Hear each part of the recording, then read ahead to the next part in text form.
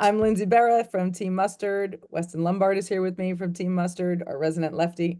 And of course, the great Tom House is here to talk to you all about the importance of warming up, about how to structure your warm up, what exactly you're supposed to do, how long you're supposed to do it for, what it's supposed to feel like before you ever touch a baseball to keep you from getting hurt and to make sure that you're in tip-top shape to get on the mound when it's your turn to take the ball. So I will let Tom give his overview because Tom's view of warming up is a little bit different than everybody else's. So Tom, take it Thank you, away. Lindsay. That's great. You set the bar real high, which is a good thing. So the big picture is we don't throw to warm up. We warm up to throw. So you basically warm up to loosen up to do whatever throwing activity you're going to do on a given day. And this is whether it's a football or a baseball. But that sequencing is very important. And the idea being is that you should not use the mound or pregame or bullpens to warm up. You should be warm when you actually get there to loosen up. So there's block training, there's random training, and there's deep training. And tonight we're only going to talk about block training. And underneath the heading block training, we have core temperature elevation, we have arm care and recovery, we have body work, then we have kinematic sequencing or proprioception work. So unless you have any questions about that, we'll get started with what we do in core temperature elevation. And I'll just go through the exercises we do before we even think about throwing. And remember, we're going to have throwing-like activity, but we're actually not going to be throwing an implement until we've been through all four. So I see we've got Marcus in a camp or a clinic. And if you want to run those while we're talking, that would be go ahead. And I think this is the beginning of core temperature elevation. And if I'm guessing right, okay, they're going to start right off with a jog forward. And then when they all get down there, you'll see them jogging backwards. So they should be coming back into the screen, coming backwards. On cue. So you're going to go forward and backwards. It looks like he's only got him doing one rep. I normally send him forward and backwards three times.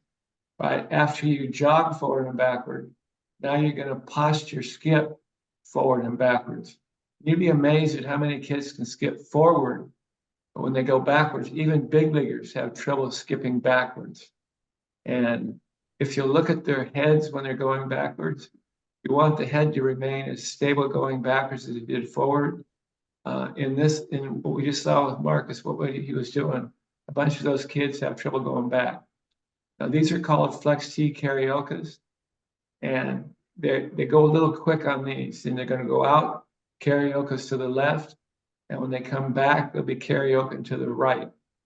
So it looks like, okay, let's see if he gets, okay. That was karaoke's. These are step and goes, step and go, step and claps. I'm not quite sure what Mustard calls them, but when the front foot hits, you clap your hands. So it's step and clap, step and clap. Then what Marcus is demonstrating right now is basically the torque, step and torque. See the upper body going backwards while the hips go forward. What they're not showing, probably in the interest of time, is they go out being left-handers and they come back being right-handers. So I want to make that clear. Whatever they do going out, they do coming back backwards, or if they went out left, they're going to come back right. I'll hold it for, if I can get Steve to hang on to that for just a second. So what have we been through? We did posture jogs, posture skips. We did step and claps. And right, karaoke, thank you very much. And right now, these are step and torques. So my guess is we're winding down on the core temperature elevation. All right, and Weston, you've been through this 100 times with me. Everything that we ask your body to do in that first of the block training, core temperature elevation, are movements that are specific to what you do when you throw a baseball in a game. So no drill, no exercise, nothing we do is different than what you actually do when you throw. And other than the fact you didn't see him come backwards with all of them, be aware that you go forward and backwards with everything you can. And you go out right and you come back left. And he's going backwards. So what you're after here, you're loosening up your hips and your shoulders by disassociating, going forward, then going backwards.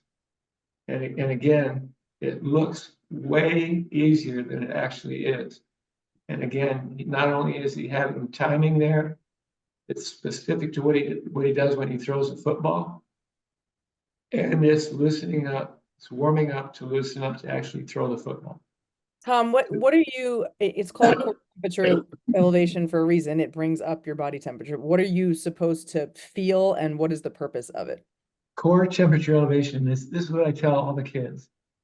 When you show up to the ballpark on a given day, you're going to have stiffness and soreness. You'll have a thick feeling. You know, you never feel perfect when you start your warm up. But after a warm up, anything you were stiff and or sore about should go away in the warm up. You should be just short of sweating. If it's a really hot summer day and you're outside, obviously you'll be sweating really hard. But every muscle, tendon, connective tissue in your body is going to be asked to participate in this core temperature elevation. And I think the real numbers, I think human body, when you're just standing around, 98.6 or something, you want to elevate your temperature to about 105 to 108, and that will generate some heat within the body. And that's what you're after. Okay. So now we're going to get into what I call arm care and recovery. It looks like you've called them out for the exact name that they are. So the flex T walk is you put yourself in a flex T or a goalpost, or if we're in Arizona, it's like being a cactus. And you're going to, with your arms in that flex T position, your elbows in front, you're going to walk down with your arms stable. And you're going to walk down alternating fastballs forward. You're going to walk backwards with your palms like a fastball. And you're going to go forward in a breaking ball, backward in a breaking ball, and then forward in a changeup and backward in a changeup. And if it looks like it's easy, but just holding your arms up like that for about 3 to 3.5 minutes, your shoulders will be on fire. And you've done it, Weston. As strong as you are, no matter how big you are, your shoulders will heat up unbelievable. So it looks like they're just repeating the same thing. So on this given day, my guess is that Mark has said, you guys feel like your shoulders got loose. And the guy said, we need to do it again. So it looks like they repeated it. You can't do too many of them. It actually not only does it loosen you up, it'll start building a little joint integrity too. So those are flex T karaoke's. Let's see what else Steve can dial up for us here. Yeah, Tom, we used to always do it at San Francisco that fall, but we were only going to like 60 feet. And so once I came to you and we were probably doing 120 feet, it was a whole nother ball game where before it was kind of just like, oh yeah, walk in the park, like, okay, I'm a little looser. And that first day, I remember I was wheezing a little bit of like, oh my God, I don't know how much longer I can go. And obviously you can tell by looking at Weston that he's a strong kid. And being strong in the weight room has nothing to do with the endurance that's required to keep your arms up like that. All right, now we're gonna do arm circles. Now you have a couple of choices here. It looks like Marcus is putting everybody in a circle. So basically you have arm circles forward, small, medium, and large circles, and then they're gonna be arm circles backward, large, medium, and small. And you do it with your palms down, and you do the same thing with your thumbs up, and you do the same thing with your thumbs down. And it's, for all intent and purposes, it's like 25 to 30 seconds with each circle. It's a 4-minute exercise. And here's another where basically your shoulder capsule is on fire when you finish. And the lactic acid that you feel, if you feel like your shoulders, if it's heating up on the front side, you have mechanical issues. If it's heating up on the back side, we actually feel like, it feels like pain, but it's not. when you put your arms down, you go 5, 4, 3, 2, 1. And any pain or irritation you had in your shoulder capsule will go away in that 5 seconds after you stop the exercise. So it's designed to have your shoulders burn. And what that's doing is flushing all the lactic acid, getting blood, oxygen, and nutrients with the most critical joint in the throwing arm, which is the shoulder. Did that make sense to you guys? Absolutely. Yeah. I do those before I do lots of pull-ups. Yeah. Pull-ups would come down the line. Right now, the only thing that you're actually challenging is your upper body with your shoulders, your Yeah, torso. no, I do it to get ready for when I'm doing pull-ups. I do Okay, it. awesome. And that's good. After I met you, I started doing it as my strength warm-up. Yeah, and if you pull that out of it, good on you. Okay, now this is one of my favorite drills. We call it torque towels or speed towels. And in effect, a pitcher in 30 seconds has to get 22 to 24 throwing repetitions. And it's the timing and the actual mechanical movements should be as perfect as you can. Eyes level, glove in front, drag your back foot. And again, in 30 seconds, you need 22 to 24 reps. A quarterback going through his motion with the towel in his hand should get right around 30 reps in 30 seconds. So actually, everybody in this video is doing a good job. See the eyes staying level? It's the throwing motion with a 3-ounce towel. All your mechanics are efficient, and it's asking the total body to use and get blood circulating everything it does when it pitches a baseball, except you're not pitching, you're doing it with a towel. So Tom, would you say that the speed towels is kind of viewed almost similarly to how you guys execute holds, where is it more of a a training tool than it is a mechanics tool, or It's a combination of, that's a great question, Weston. It's a combination of both. We ask, if at all possible, that any movements that you do in your warm-up to loosen up to compete, whatever they are, you want to do it as mechanically efficient as you possibly can. Now, if you're doing it with anything heavier than a 5-ounce baseball in your hand, then it becomes a strength thing. If you're doing it with anything lighter than a 5-ounce baseball, it becomes a patterning or a neurological thing. So you can use your warm-up as a little bit of a strength builder or a little bit of a speed builder or a combination of both. So it's all, again, it's called cross specificity. It's personally adaptive. And in those first two segments that we saw, one was core temperature elevation. That last section with the speed towels, etc., was arm care and recovery. And now we're going to get into what we call body work. We're going to ask, I think we just do upper body in this one. There's a series of exercises and movements where your arms are in 3 positions, 3 movements, and 3 relative torso planes, where you're actually creating muscle activity through ranges of motion that will wake your arm up and be more efficient when you actually start throwing. So remember, with each one of these, you'll see the wrist and the forearm and the hands and fastball, breaking ball, and changeup. It shows that there's actually, we're looking at you right now. Look at your palms. Those are basically breaking ball. Now you're going to go palms flat, fastball. And then I don't know whether he's going to have you go palm up or palm down, but as you go palm. So yeah, those 3 movements right there are going to wake everything up on a linear plane forward. Now we're going to go side to side with our palms flat, thumbs up and thumbs down. And it looks like he's doing 15s, 5, 5, and 5.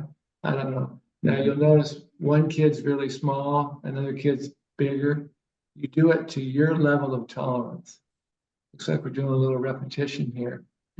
But obviously when you're doing these, you're waking up the back of your shoulder, the front of your shoulder, basically your wrists and forearm. Everything you're doing right now is literally going to help you when you start throwing. Tom, can you talk a little bit about, you know, I feel like with the body work from personal experience and working with other guys that do it too, it's kind of a you get out what you put in with the body work when you talk about, pushing and pulling. And can you Yeah. talk about the difference between the kid that really tries when they do this versus the kid that just goes through the motion, and like what adaptations they could get? Yes, that's really a good setup. If you could have heard what Marcus is saying, we always say if you think you're pushing hard, push harder. But whenever you're doing an isometric activity, it's the intensity and the effort that you give to pushing that helps the isometric work. So we push in and we pull out. Whatever you're doing when you're doing body work, if you think you're pressing hard or pulling hard, pull harder or push harder. The more effort you give to something through the ranges of motion and the positions that you're holding, the more benefit you get from the exercise. And for the time duration that each one of these things is, all right, like maybe you're doing this for 10 seconds. Do people have to worry at all about fatiguing themselves, or is it short enough Yeah, where the, it's the just kind of really more activation? another great question. To fatigue a muscle, you have to wear it down. Everything that we're doing in this body work is stability, mobility, and flexibility work, whether it's your upper body, whether it's your hips, whether it's your knees, your quads. You could do virtually the body work, you could do it every day of your life and never get into muscle failure from that. Again, the body work is isometric activity, whether you're pushing or pulling, for time and intensity. And the harder you push or the harder you pull through the ranges of motion, the more joint integrity you're going to build. And joint integrity is basically stability, mobility, and flexibility work, where joints are asked to loosen up specific to what they're asked to do in a game. Yeah. So Weston, you do this all the time, and I know you asked the question, but like, have you ever gotten yourself to a point of fatigue, or do you like, what does it feel like? Your arms bounce back when you let go, right? Yeah, I think like Tom said, the second before you drop your arms, you feel like your arms are going to fall out. I mean, you can see my reaction. You're like, I'm feeling it. And then but once you drop your arms and you shake it out after a few seconds, usually it goes away pretty quickly. And I found that like the more I can, feel a burn with the body work, the more prepared I am to throw the baseball. Like for that first throw that I make, if I really, try hard with this stuff, I feel a lot more ready to, kind of let it go that first throw versus if it's like a recovery day and I'm, really sore and like it just doesn't feel like I can do a whole lot. I can feel it in my first throw as well. Like you really do, at least in my experience, you really get out what you put in. And it's funny because you'll watch, some kids will, when you say like, push as hard as you can, they're, and you're like, okay, that's great. And then there's other kids that are just like, Namaste. and you can tell, yeah, you can tell what kids are ready to throw and who aren't. Because And the if I ones could that push give hard, you they're throwing it hard. what Weston just said, I call them shake and bakes. When I know a kid is pressing hard, you'll see his basically his arms and his upper body will start shaking a little bit. I call it shake and bake. So if you push to high intensity, your muscles will start quivering toward the end of the 30 seconds per exercise.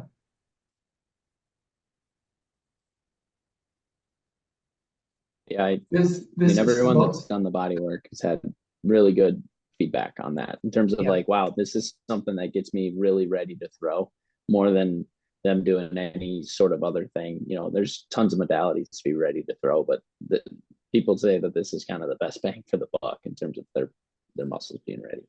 And you set me up really good on this one too. You can do this before a workout to get ready for a workout. You can do it after a workout, between workout time and game time. You can do it if you're a relief pitcher. You can do it in the fifth, sixth inning, getting yourself, loosened up and warmed up ahead of time for eighth and ninth inning. This is something you can do early and often. It won't take anything out of your arm. You just have to be careful not to have neurostagnation, where if you try to do the same thing every day for the same time, et cetera, et cetera. Your body gets kind of bored with it. So don't be afraid to mix and match. You don't have to do everything from every one of the blocks, but you have to do something from each one every day. That's a perfect point for a question that I had. Tom was, talking about variability in the warm up. Like you can talk about how the body can get, bored.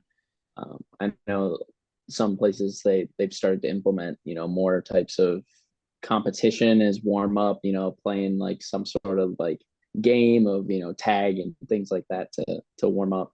What's your opinion on, using other modalities like that to get the core temperature elevated versus, a very blocked dynamic warm up like what we have in the app? Yeah, I don't have all the answers or a corner on how to have fun. So anything with a dynamic warm up, it isn't going to put you in jeopardy with getting a pull or a tear. It is fine for me. What we found with our 4 blocks, if you do them consistently, your risk of injury is minimized. If you do them before you start to throw, when you do start to play catch, everything in your body, basically every muscle group in your body, every tendon and ligament has been asked to warm up, and you're actually ready to throw. So we're kind of jumping around with the activity, but I call these cherry pickers. I'm sure you have. But what we've seen with when you're going forward with these, the height you can jump going forward. When you go backwards, you're going to get about half of it when you're jumping backwards. And you'll notice that even good athletes look kind of stupid going backwards. When they can go backwards with the same efficiency that they were going forward, like the kid on the far right going forward is really good.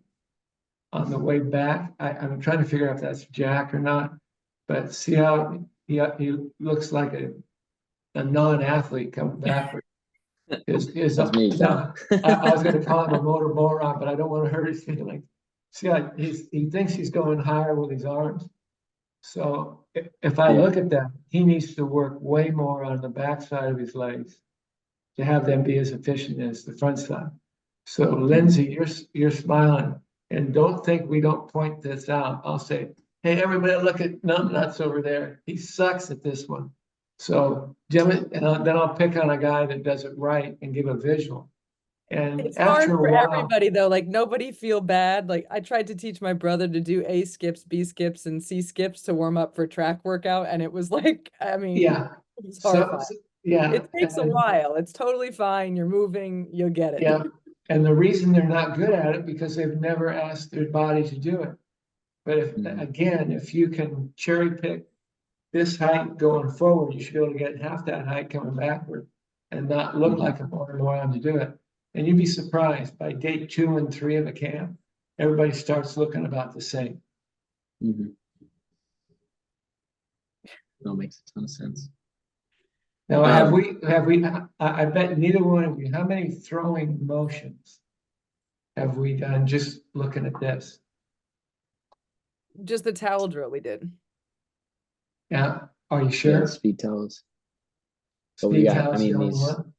Yeah, you just saw some of the torque Yeah. throws. Like what we're doing here is, similar to a throwing motion. You've Yeah. got Yeah, that was when you were the skinny. claps. Weston, I that think has I'm to be a couple 3 years ago because you were almost skinny there. I think I'm the same weight, same body comp. It's just in the summer it just looks a little. I'm probably a little If you say so. tanner. It's the hair. Yeah. The longer hair, it thins me out. Okay. So hang on real quick here. Do we kind of understand what we're doing here? We are literally waking up every muscle, connective tissue, forward, backwards, sideways, in 3 positions, in 3 movements that we can. And we still haven't played catch with a baseball yet. So those are big karaoke. Remember we had the flex T karaoke? Those are as big as you can get, where your hips and shoulders are separating. So you have volume, you have load, you have frequency, and you have intensity to go with duration. And Lindsay, a good warm-up for a pitching staff should never take more than about 20 minutes and never be less than about 8 minutes. If you're pressed for time, you can do a little bit of everything we just did and wake your body up in 8 minutes without any issue at all. There's aerobic work in there and there's anaerobic work in there. I was going to ask you, Tom, for the kids who show up to practice and their coaches don't really incorporate this much of a warm up, what are the tricks? Like, do they do something on the way there? Do they do it before they leave the house to get to practice? How do they get that in? Yeah, Lindsay, that sets me up really well. If you go through the warm up, say your coaches don't believe in what we're showing you here, and remind me to talk about implements in a second here. If your coaches don't believe in it, they just believe in picking up a baseball, playing catch, and then go play, then it behooves you to do it before you get to the ballpark. And if you go through a core temperature elevation and some body work and some arm care and recovery, you have about 2.5 to 3 hours before your body completely cools off again. So there's no excuse if you believe in the foundation that mustard puts out. There's no excuse for you not to do some form of a warm-up to loosen up, to get ready to throw. And if your coaches don't believe in it, do what they ask you to do, but take care of what you need to do. Exactly. Right. Tom, there's a good question here asked by Rich Moreta, and I think it's timely. He said in high school there's a lot of go get ready for relief pitchers, and then they're not used. And he said he's seen the same pitcher asked to get ready 3 times. What advice do you have to high school relief pitchers regarding staying warm in the bullpen? That's a really good question. One of the hardest things to do if you're in the bullpen is manage your workloads in the bullpen so you don't leave it there and not be able to take it between the lines, or you've overdone it today and you didn't get in the game and you're first man up and you got to pitch tomorrow. So what I try to emphasize, if all your pregame stuff, you've done your core temperature elevation, you've done all the blocks that we just looked at, and you've played catch, short, medium, and long toss, and maybe you've done a little flat ground work to a catcher or thrown against a wall. When the skipper calls and said, get Weston up, he's got the left-hander if we get to him in 3 hitters, and you hump and pump and get it going, and you're 5 to 8 pitches away from being ready. If you're a bullpen guy, you never get completely ready in the bullpen to go in a game. You always try to be 5 to 8 pitches short, because guess what you get to do when you get out and you've taken the place of the guy who's pitching, you get 5 to 8 pitches there. So where kids get in trouble is they max out every time the coach gets you up. You're humping and pumping and breathing hard, sweating bullets and all excited about getting a game, and then they sit you down. So 3 ups without getting in a game is the equivalent of 1 inning in a game. So you can make that little note to yourself. And that's only if you never get to a point where you're completely ready to get in a game. And there's an art form. And if you get up the second time, you don't need to throw 15 or 20 throws. You just have to figure out if your arm is still hooked up. And you go in a game, even though you warmed up last inning and didn't get in the game, they got you up this inning, and say the guy that's pitching ahead of you got 2 people out real quick, then you walk 3 guys, and you're in the game. You don't have to throw 15 to 20 throws to be ready to go in the game. Once you've gotten loose as a bullpen guy, you can sustain that for up to 3 ups before it becomes an issue. If that makes sense? Yeah, I mean, it's something I learned for sure in college. I remember when I was a freshman, first time I got told to get hot, I did probably 6 pull downs off the mound, and then I was throwing, every pitch as hard as I could, just because I was so excited to go in. And then by the time I got out there, I was like, man, I'm tired. But then by my last year, it was, we were always 6 to 8 pitches away, and our pitching coach did a really good job of, meandering his way over and talking to the pitcher a little bit. Like he was good at kind of schmoozing for time. So we always knew that we had a couple more pitches before we were actually required to go out there. So, and after a while, your head coach will start to learn about you and you'll learn about him. And some head coaches are only comfortable when they've got someone thrown in the bullpen. It's kind of their safety valve. So you learn about that and not to leave it in the bullpen and be unable to take it between the line. Absolutely. Maybe this is a dumb question because I've never been a pitcher, but I was an outfielder and I didn't even like coming in from the outfield. And like if the top of the order was up and I was hitting seventh or sixth or something, I didn't even like sitting on the bench. I felt like if I sat down for too long and then went out and bolted after a fly ball, I was gonna pop a hamstring or just something was gonna go bad. So I just kind of always tried to stay pretty warm and in a pretty ready state anyhow. Don't, I mean, do No, bullpen. Lindsay, that, intuitively, you figured out what the research tells us. If you sit on the bench for more than 10 minutes without moving around, like watching your team score runs or whatever it might be, then the blood starts to settle in your legs. So when I first got to the big leagues, stationary bikes were not a part of either the clubhouse or the dugout. Now, if you watch a football game, there's stationary bikes right on the field. There's, especially if it's cold or you've got something where it's not, you're not quite perfect. You never want to stop moving. So Nolan Ryan used to ride the stationary bike in between innings just because it kept the blood circulating. Now, when you're 12 years old, there's no such thing as sitting down and having all the blood run into your legs. Yeah. But as soon as testosterone or estrogen start showing up, then you have to pay attention about just sitting and doing nothing. So an object at rest wants to stay at rest, and an object that's moving wants to continue to move. So intuitively, you figured it out. Never do nothing.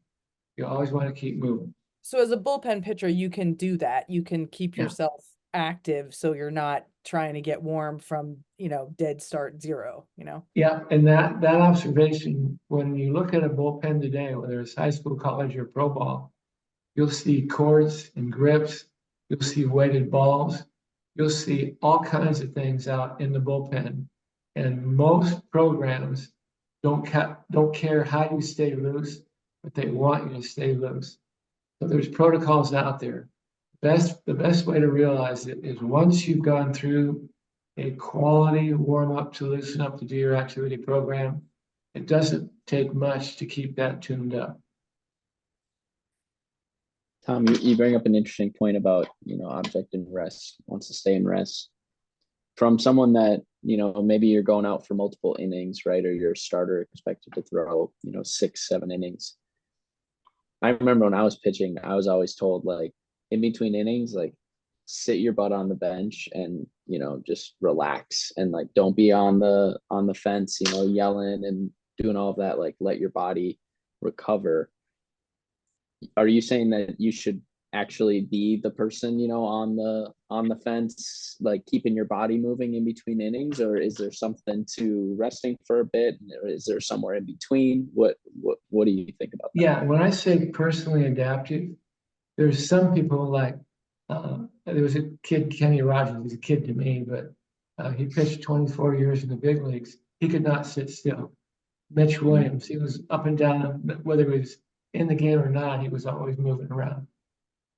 Like I said, toward the end of his career, Nolan was on the stationary bike. It's a personal choice, but there's something that you can do to make sure that you are physically and mentally ready for the next inning. And again, that's an experience thing. There's some guys, I don't know if you played with them, that in between innings, they'll put the towel over their head, and if you ask them anything, they'll bite your head off. Yeah. That's the way that person approaches the game. There's people that you can carry on a conversation with, but whatever you have to do mentally and physically to stay ready to go back out for another inning is important. And there's, if you don't mind, I'm going to go on a little sidebar here. A lot of people do really well in the first inning.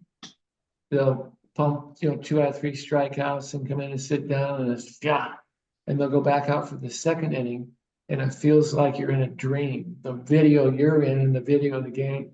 And that's when the adrenaline from the first inning, when you went in and sat down, is something called noradrenaline, where your body's systems try to settle the adrenaline down. And you go back out and you get your lunch, can't get anybody out. You have to learn how to keep whatever that level of intensity is. You have to keep it going. And normally, if you have issues with that, that's the guy that has to move around a little bit. Have somebody slap you up the side of the head, scream and yell, throw some gum, whatever it might be, to keep yourself from going flat neurologically. That makes a ton of sense. I mean, you see it all the time on both sides. You'll see some guy on the other team come in and just absolutely shut you down, and then you get them good the next inning or on your own team. But yeah, I was gonna ask, how do you kind of cheat that system, right? Because it's your body's natural response, right? Like it's like, Exactly. oh my God, we were just like fight or flight, like adrenaline's going, like Yeah. let's go, like I gotta survive, and we used it and it was awesome. And then you sit down and your body's like, okay, we survived. the air Let's goes out calm of down. How can you is there a specific thing you can do that is consistent, or does it just depend on the guy? It depends on the guy. Now, this is your fault. So this next 2 minutes is because you jogged a memory here. There's a lot of starting pitchers that have trouble with the first inning. They go out and they're either overamped or underamped, and they get blown away in the first inning. And what I figured out with those guys that have trouble managing their emotions in that first inning, I have them in their bullpen throw the first inning before they go in the game. In other words, they're going to throw 9 to 12 pitches facing the first 3 hitters of the lineup before they go in the game. So by playing the game before the game, when they go in the game, they're already in their second inning in the real game, but they're still in the first inning. So you learn that about yourself, and there's no right or wrong. There is what's good or bad for you. And that's called experience. And the cool thing about today's game is most coaches will let you find what works best for you around their parameters. So don't be afraid to experiment, and don't think you're the only one that has those issues, because everybody does. It's just how you manage it. No, that's funny. I know multiple guys that were like that. I also know a couple that are the complete opposite, where he'd barely warm up, and then he'd go out and do a pull down and grunt on the mound in game, and like that was when his adrenaline peaked, and that's when he needed it, and he thrived off that, and he always needed adrenaline. So it's just funny how there's guys on different ends of the spectrum. Yeah. And the person that you think just goes out and pumps it right out of the chute, he probably had a really good warm up to loosen up in the early practice, earlier in the afternoon, or leading up to the game itself. So it's all there. There's no excuse for you to go between the lines where you aren't mentally and physically ready.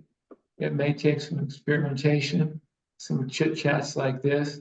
And what I need everybody to realize is that you are not the only one that has those issues. Even superstars at times have to rearrange how they warm up to loosen up to do their activity. Tom, there's just Wes, you want to read this Q&A? You got it. Got it. Rich is asking, when a coach believes in this warm-up process, but he only has 30 minutes to get the team ready, which movements are a priority in a time crunch? I would look at all 4 blocks and just cherry pick a couple of them. Take 2, work backwards from the time available and make sure that they've gone through something in each one of the blocks before they start to play catch. And again, if you've got 12 minutes, you can do 12 minutes worth of the blocks and you'll be just fine. If you have nothing but time, you have all afternoon, again, you never want to do more than 20, maybe 22 minutes max. That could also probably be something like where if you get the kids familiar with it, they do the ones that they want. And if you left to their own devices, and Weston's a good example. When we all get together as a group, and obviously a lot of you guys know each other, and I say, okay, first pitcher's on the mound in 25 minutes. Figure out who's going to be first. Go get yourself warmed up and loosened up, and then we'll go after Weston throws. We'll have Justin, et cetera, et cetera. And when they've been around the program enough, if your athletes are smart and motivated, they'll figure out what they need and they do it together as a group, way more efficient than if I or another coach babysits.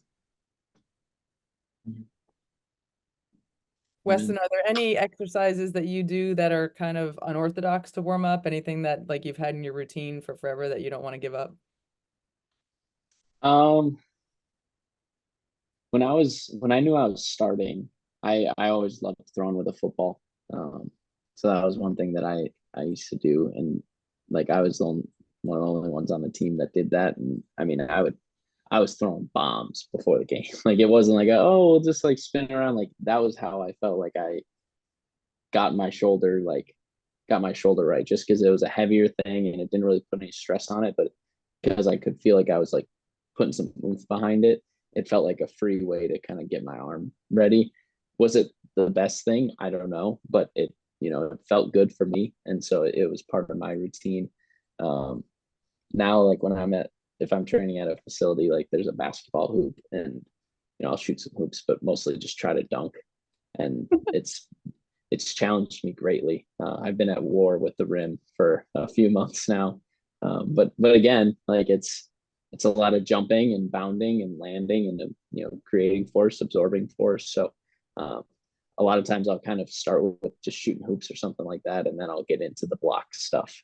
And a lot of times that is literally that's a dynamic warm up. It's not Yeah. static. It's not static stretching.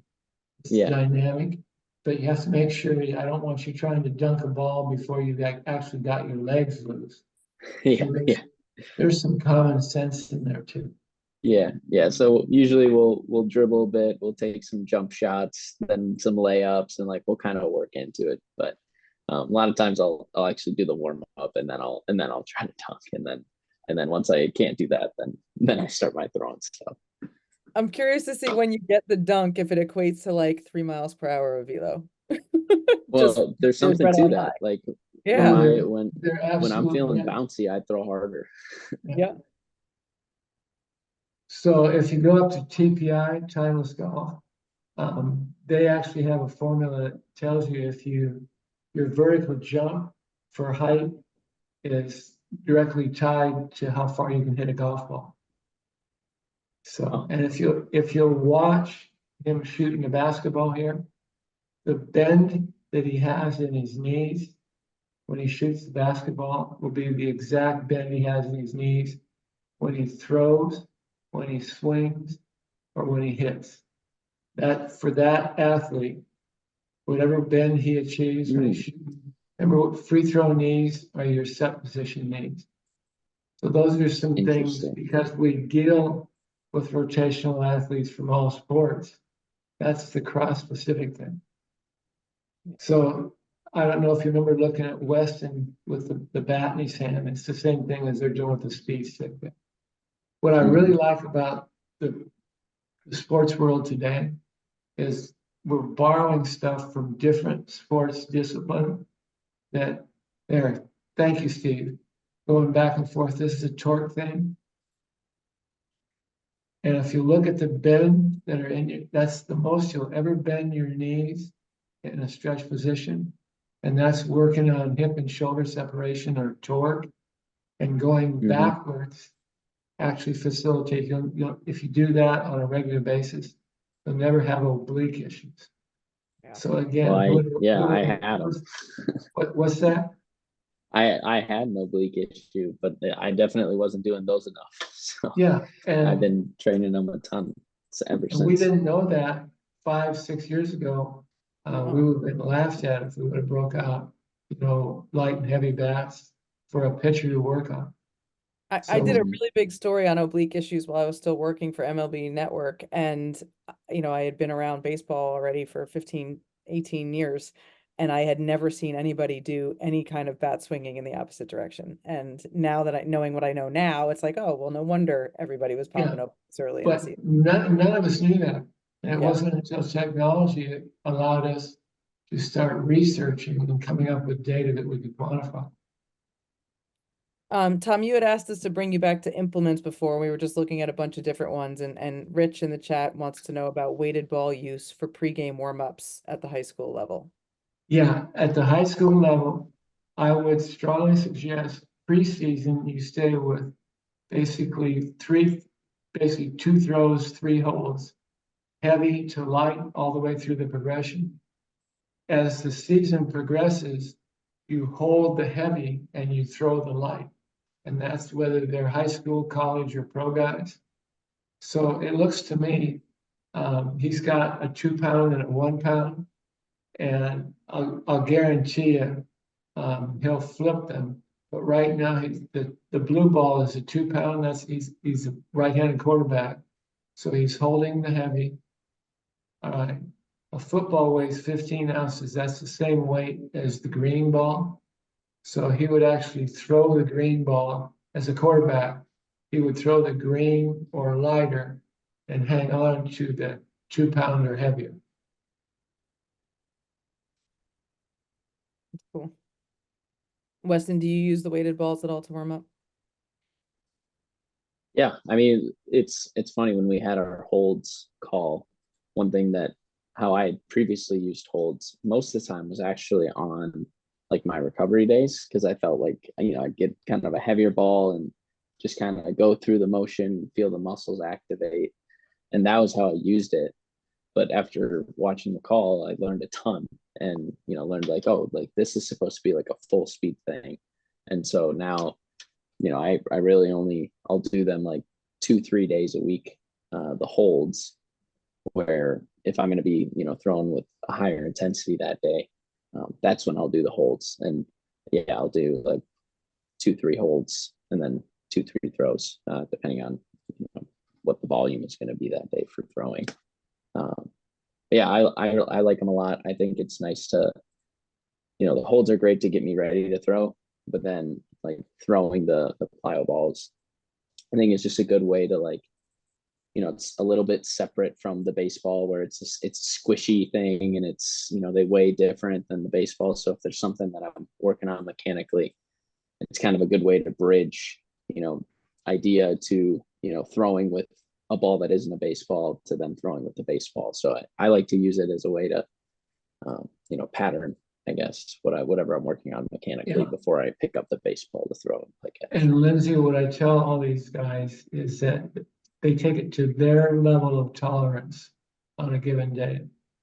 If like with long toss is as far as you can throw perfectly every day that you're in a baseball uniform. And how many you throw is a function of when you're going to pitch next. But you're always mixing volume, load, frequency, intensity, and duration to your level of tolerance. And some athletes recover in 2 days.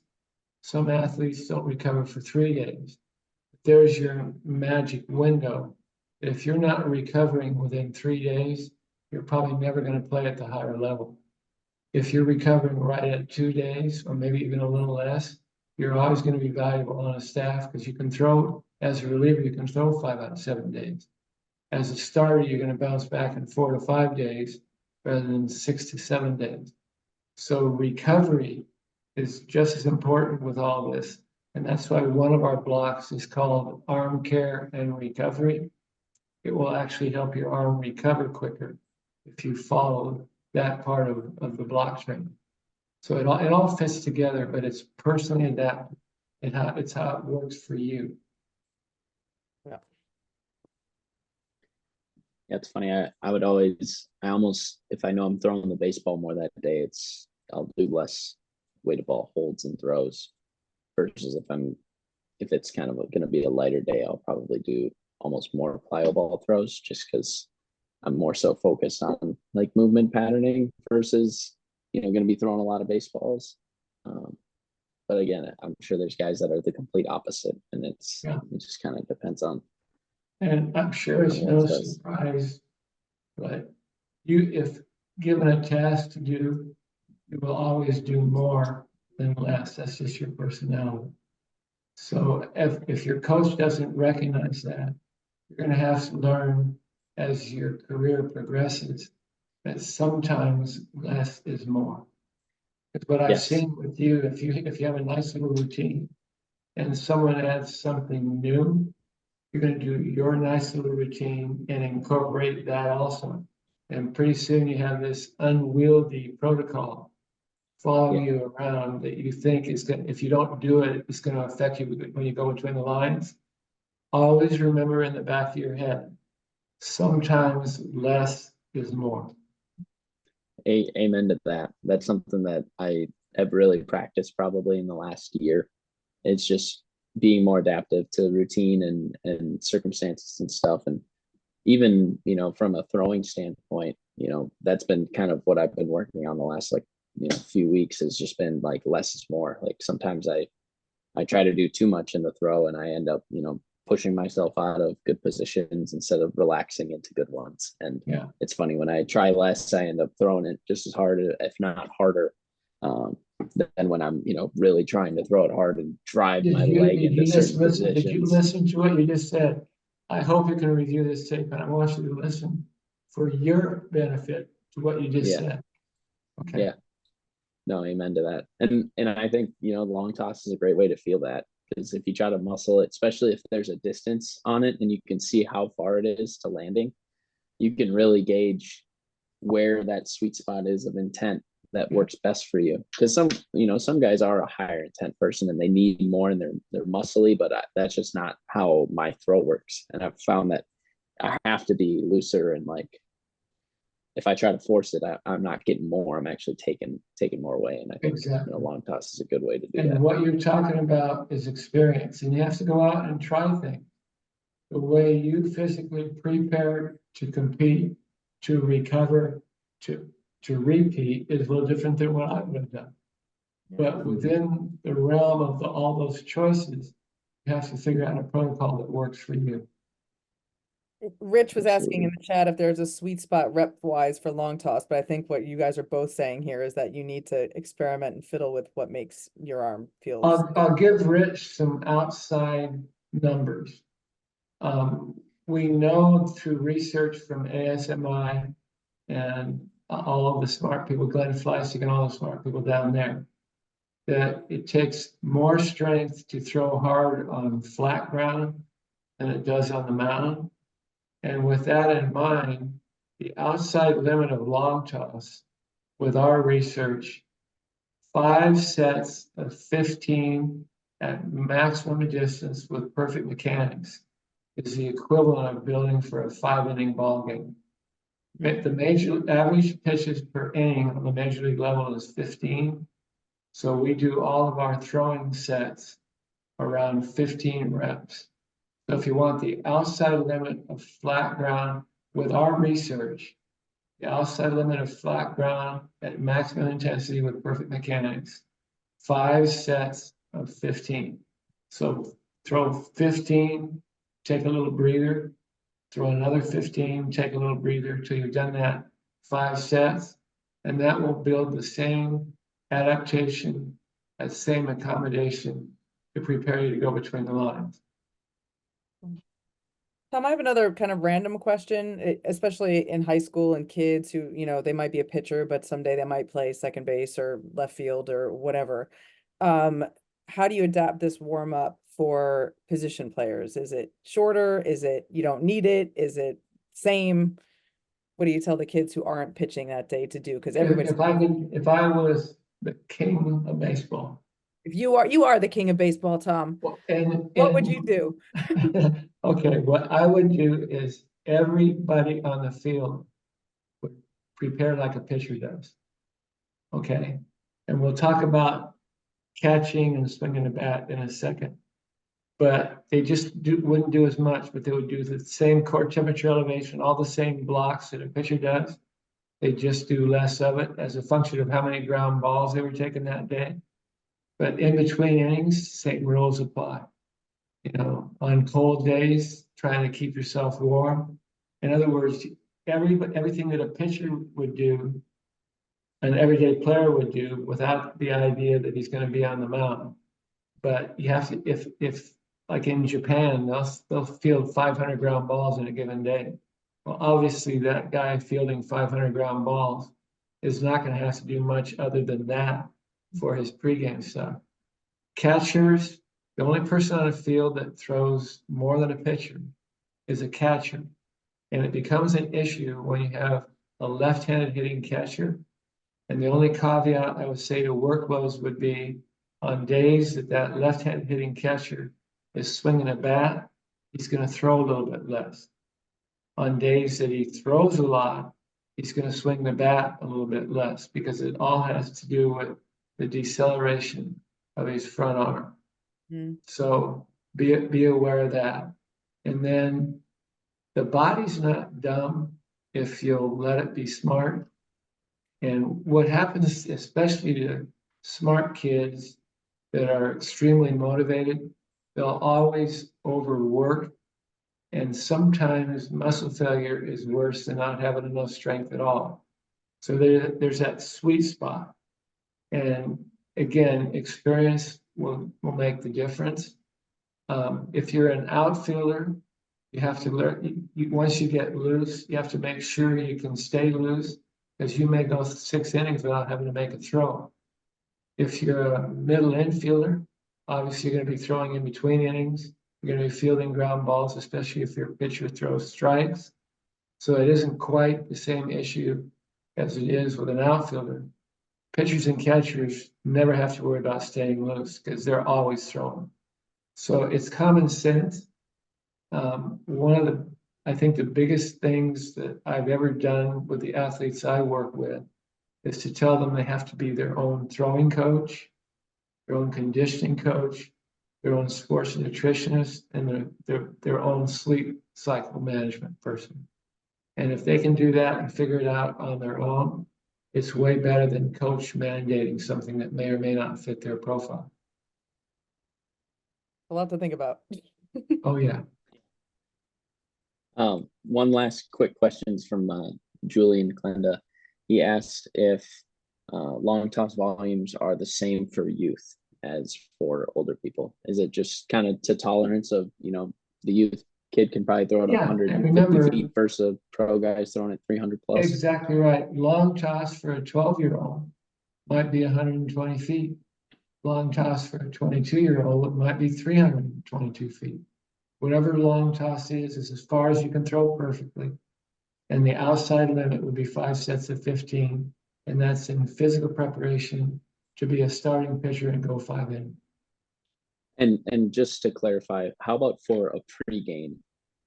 Like if they're long tossing pregame, how do you like to structure that? Again, that belongs to the individual himself. Yeah. The key for me is once you get to the mound, if you're a starting pitcher, once you get to the mound to warm up and go into the game, you should never throw more than 20 to 25 throws off of a bullpen mound before you go in the game. And if 20 to 25 throws, add in the 5 to 8 you get, that's a 30 pitch warm up. That's all the pitches you need if you've done all the stuff leading into that bullpen. Cool. Perfect. Well, thank you, Tom. This was great. Yeah, time flies when I'm hanging out with you guys. It's fun. Right? Yeah. Amen to that. Tell your friends. We'll have this up in the kitchen, and everybody can come and check that out. We also have the weighted ball holds class that Weston mentioned. That was really fantastic. That's up there. You should give that a watch. There's a blog on it also on our website. And if anybody can come up with a video of Tom on Truth or Consequences on the internet, please send it to us. Yeah, and my consequences, I had to call John Wayne. So anybody that's old enough to remember who John Wayne was, they'll know what they're looking for anywhere on the internet. I wonder if somebody could find it. Okay, It's out there. I know it's out there. So thanks for remembering. You guys have a great night. Okay. Yeah. have a Thanks, great Tom. night, everybody. Thanks so much.